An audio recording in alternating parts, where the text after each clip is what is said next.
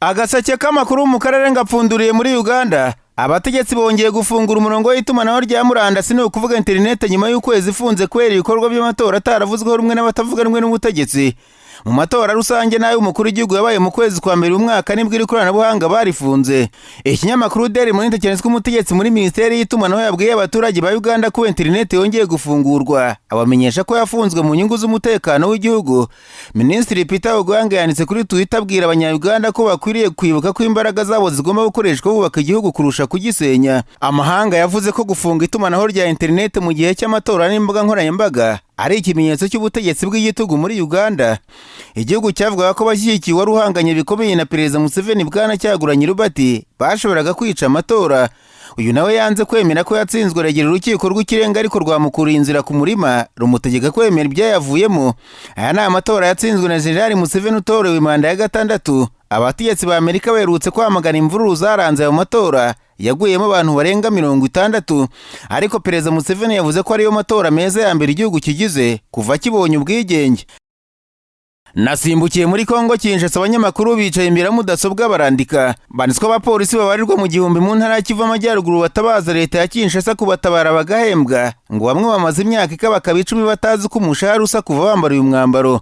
Radio Kapi yavuze ko umwe mu bayihaye amakuru yavuze ko abinjiye batorejwe ahitwa Kaparata 2010 ngo bahembwa igihe gito y'umushahara urahagarara.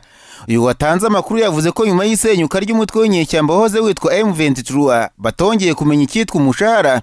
Uyu yasobanura imibereho yabo abapolisi avuga ko benshi batunzwe n'ubujura kandi ko abana babo bahindutse za mayobo bari mu muhanda kubera ubukene.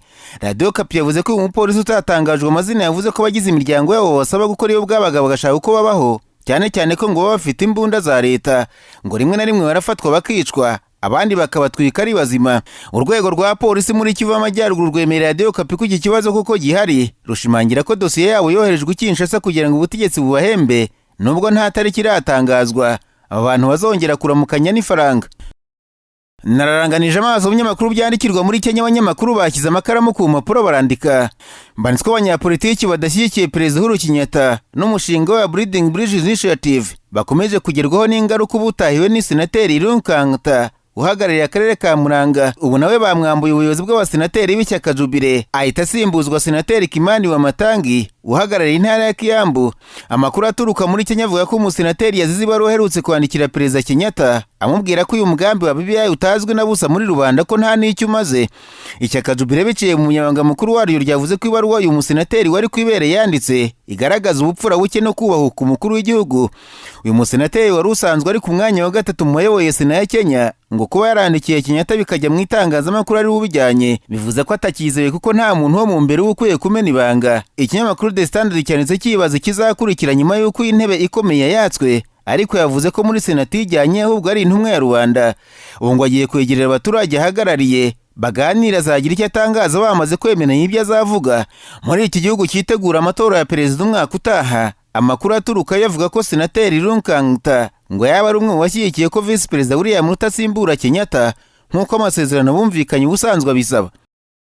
Agaseke k'amakuru mu karere ngapfundikire mu Burundi. Abanyamakuru bakojeje ba muri no barandika.